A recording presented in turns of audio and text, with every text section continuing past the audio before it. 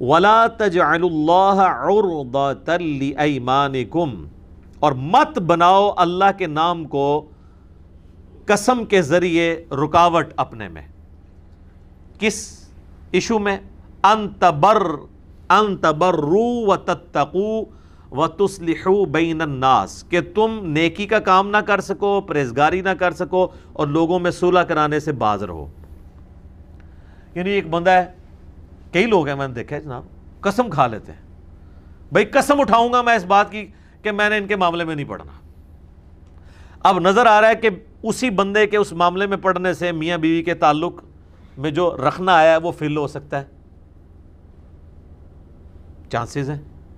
اب وہ کہتے نہیں میں تو قسم کھا دی جی میں انہوں نے کام پڑھنا ہی نہیں ہے، میرے خزمہ نو کھان، یہ کہتے ہیں بعض لوگ جو ہیں، اور اس کی وجہ سے کتنا نقصان کرا بیٹھتے ہیں۔ ایون کسی کے ساتھ نیکی کرنی ہوتی ہے قسم کھا لیتے ہیں، جیسا کہ وہ سورۃ النور میں آیا تھا نا، وہ مستاح صحابی تھے، ایک اصحاب بدر میں سے تھے، حضرت عائشہ میں تہمت لگانے والوں پہ وہ شامل ہو گئے تھے۔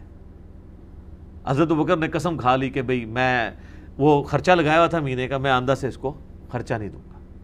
اللہ نے جناب قرآن میں کہا کہ تم اللہ کے لیے دے رہے تھے تو تم نے یہ قسم کیوں کھائی ہے؟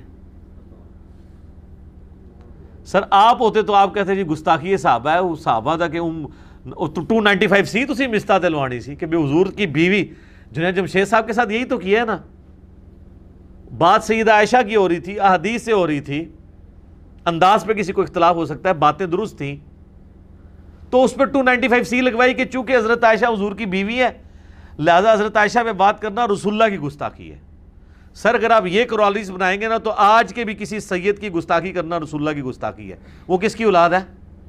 حضور کی، اہل بیت تو ہے نا۔ اور صحیح مسلم میں غدیر خون کی حدیث میں ہے کہ اہل بیت کے معاملے میں اللہ کا خوف دلاتا ہوں۔ وہ تو ساری کے چرسی پوٹری جتنے سید پھر رہے ہیں ان کی توہین تو سیدھی 295 سی لگ جائے گی، تو نہ ان کی وجہ سے لگے گی، نہ نبی علیہ السلام کی کسی صحابی کی توہین سے رسول اللہ کی توہین ہوگی۔ کبھی کہہ دیتے ہیں فلاں حضور کا جو ہے وہ سسر لگتا ہے، اس پہ بات کرنا حضور کے اوپر بات کرنا ہے۔ اور بھائی سر رسول اللہ صلی اللہ علیہ وسلم پہ بات کبھی بھی اس طریقے سے نہیں بنے گی۔ نبی علیہ السلام کی اپنی ذات جو ہے نا وہ ہے، ورنہ تو نبی علیہ السلام کا فرمان ہے جس نے علی کو گالی دی اس نے مجھے گالی دی، تو کتنے جو ہیں بزرگان دین آپ کے فارغ ہو جائیں گے۔ رسول اللہ کو گالی دینے والا تو گستاخ ہے نا۔ لیکن حضرت علی نے بھی کبھی اس کی یہ تعویل نہیں کی ہے کہ مجھے گالی دینا، رسول اللہ کو گالی دینا ہے تو لہٰذا جو مجھے گالی دے رہا ہے وہ کافر ہو رہا ہے۔ حالانکہ حضرت علی کے پاس بہت موقع تھا یہ بات کرنے کا، لیکن وہ بھی سمجھتے تھے کہ بھئی رسول اللہ کا جو سٹیٹس ہے وہ امت میں کسی کا بھی نہیں ہے۔ دین اللہ، رسول، قرآن، آخرت کو ماننے کا نام ہے، کسی صحابی کو کسی شخصیت کو ماننے کا نام نہیں ہے۔ وہ ہمارے لیے قابل احترام ہے لیکن وہ کفر اسلام کا مسئلہ نہیں ہے۔ تو اس ریشو پروپورشن کو آپ سمجھیں۔ تو اللہ تعالیٰ ہمارا ہے، بعض لوگوں کو عادت پڑتی ہے نا اللہ کی قسم میں اب یہ نہیں کروں گا، اب وہ کہتے ہیں میں نے تو قسم اٹھائی ہے اگر میں نے اب یہ کام کیا، اللہ کی قسم میں اس مولوی پیچھے نماز نہیں پڑھنی۔ اب بعد میں احساس ہوا خام خواہ اٹھا لی تھی، یا یہ کوئی اتنا ایشو نہیں تھا، یا ایون ایشو بھی تھا، دین وٹ؟ مسند ابی یعلا میں موجود ہے، حسن و حسین سامنے بیٹھے ہوتے تھے، مروان جو ہے حضرت علی پہ لعنت کرتا تھا، نماز پیچھے پڑھ لیتے تھے، وہ کہتے تھے نماز پڑھنا علیحدہ معاملہ ہے، یہ اللہ کو خود جواب دے ہوگا۔ یہ ہے ایٹیچیوڈ۔ تو اللہ تعالیٰ ہمارا نیکی کے کام سے نہیں رکنا اس بات پہ کہ میں نے تو اللہ کی قسم کھا لی ہے، مراد یہ کہ قسم کھائی ہے تو پھر توڑ دو۔ بخاری مسلم میں حدیث ہے، حضور کہتے ہیں میں بعض اوقات عربیوں میں یہ عادت تھی کہ وہ قسم کھا لیا کرتے تھے عادتاً بھی۔ حضور علیہ السلام فرماتے ہیں بعض اوقات میں قسم کھا لیتا ہوں کہ میں فلاں شخص کو مال غنیمت میں سے نہیں دوں گا، بعد میں مجھے احساس ہوتا ہے کہ نہیں یار ظاہر حضور کی طبیعت میں نرمی تو بہت تھی نا، چھوڑو۔ اتنی نرمی ہے کہ غزوہ بدر کے قیدی چھوڑ دیے، اور اللہ نے اتنے سخت الفاظ قرآن میں استعمال کیے، وہ اپنی طبیعت کی نرمی کی وجہ سے چھوڑے تھے۔ پھر حضور کہتے ہیں کہ میں پھر بعد میں سوچتا ہوں کہ اس کے مخالف کام کرنے میں بہتری ہے تو میں اپنی قسم توڑ کے اس کا کفارہ ادا کر دیتا ہوں اور وہ میں کام کر لیتا ہوں۔ یہ بخاری مسلم دونوں میں حدیث ہے۔ تو اگر کسی نے قسم کھا لی ہے کہ میں نے کسی کے ساتھ نیکی نہیں کرنی ہے تو اب وہ قسم توڑے، کفارہ ادا کرے۔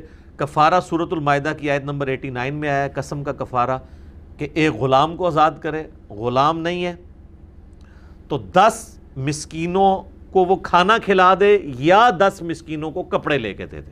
آج کے دور میں تو کھانا کھلانا آسان ہے، کپڑے تو بڑے مہنگے ہیں، ٹھیک ہے؟ ان دونوں میں سے ایک کام کر لے، اور اگر کوئی یہ بھی نہیں کر سکتا تو 3 روزے رکھ لے۔ اور بخاری و مسلم میں حدیث ہے، قسم توڑنے کا کفارہ وہی ہے جو قرآن میں آیا، اور منت کا بھی کفارہ یہی ہے۔ کسی نے منت مانی تھی کہ اگر یہ کام ہوا تو میں روزانہ جناب 100 نفل پڑھا کروں گا، کئی لوگ اس طرح کی بھی منتیں مان لیتے ہیں، یا میں 1000 نفل پڑھوں گا، یہ میرا کام ہو گیا۔ اب بعد میں اس کو احساس ہوا کہ 1000 نفل پڑھنا مشکل ہے، تو اپنی منت توڑ دے اور کفارہ ادا کرے۔ اور یہ تو اس منت کی بات ہے جو حلال منت ہے۔ اگر کسی نے حرام منت مانی ہوئی ہے کہ جی اگر میرا یہ کام ہو گیا تو میں جو بچہ پیدا ہوگا اس کی لمبی سی ایک چٹیا رکھوں گا، فلاں مزار پہ جا کے کٹواؤں گا، اور اب اس منت کو توڑنا چاہتا ہے، تو اس منت کو توڑنے کا کفارہ بھی نہیں ہوگا، یہ خلاف شرع منت ہے۔ جو شریعت کی باؤنڈری کے اندر منت ہے نا، اس کا توڑنے کا کفارہ ہے، باقی کا نہیں ہے۔ اور وہ بھی بخاری مسلم میں حدیث ہے کہ منت کبھی بھی مصیبت کو نہیں ٹالتی ہے، ہاں کنجوس کا مال نکل جاتا ہے۔ صدقے سے مصیبت ٹال سکتی ہے لیکن منت سے نہیں۔ لیکن منت جب ونس کھا لی ہے تو پھر آپ نے اس کو پورا کرنا ہے، ادروائز توڑنا ہے تو پھر کفارے کے ساتھ توڑنا ہوگا۔ قسم اور منت کے اوپر میرا مسئلہ 68 ریکارڈڈ ہے، اس کے علاوہ بھی کلپس موجود ہیں۔